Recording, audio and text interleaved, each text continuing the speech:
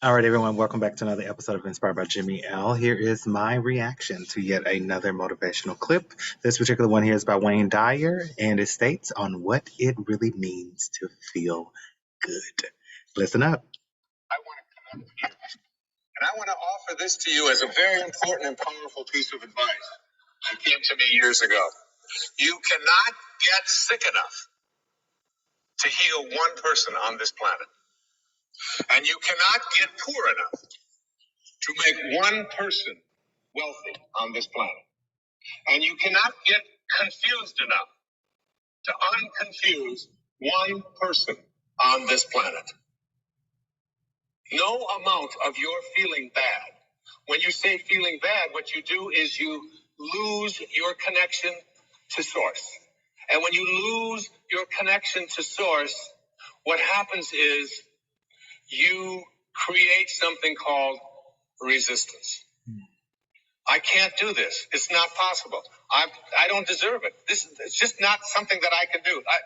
And when you create this kind of resistance, you have emotions. And these emotions become sadness, fear, worry, anxiety. And what I'd like to offer you is a way for you to use these emotions that you are experiencing at any time in your life and use them as a system, as a barometer, as a guidance system to say to yourself, what kinds of thoughts am I having that are keeping me from being in rapport with this field of intention?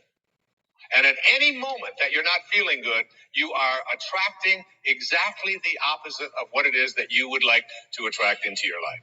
You are using this as a way to keep yourself from feeling God or feeling good. Oh, wow. Okay. Oh, my goodness. First off, I love Wayne Dyer. And let's start by saying that I agree with this um, particular quote or motivational quote. Actually, probably 100%. Um, I do know that I've learned something recently earlier this year, and it actually came from Abraham Hicks. And it's about the stream of I guess, life. When you are pushing upstream, there's so much resistance, which is like your boss or your children or your spouse, when it seems like every time you make a turn, it seems like something else is against you, something else is pushing you back. And when you are going against the grain, going against the flow, you feel that resistance, you feel angry, you feel frustrated.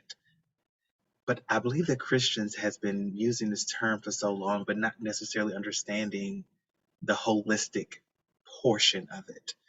But it's often said to let go and let God.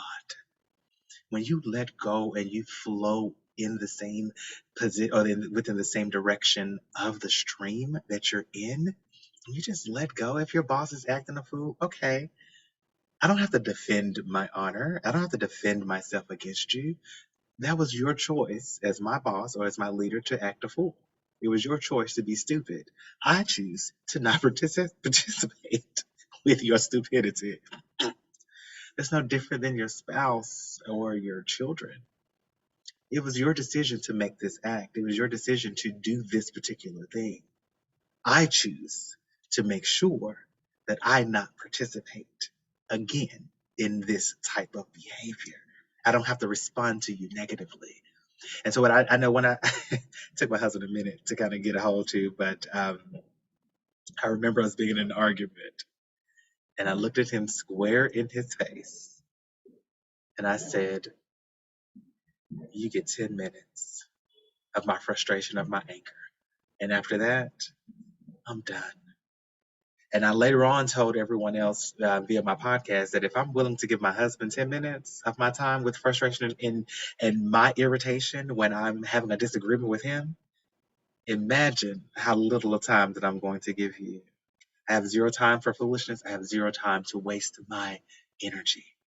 And when I learn to, as long as I am flowing with the river, that doesn't mean become a doormat. That means listening to your intuition. Your intuition is always there guiding you. All you have to do is flow with it. That would be my advice. But I love this clip. It actually motivated me really, really well earlier this week. But that's it for me. I love you guys as always. No matter what you do, make every decision with a level of integrity. I'll see you guys on the next one.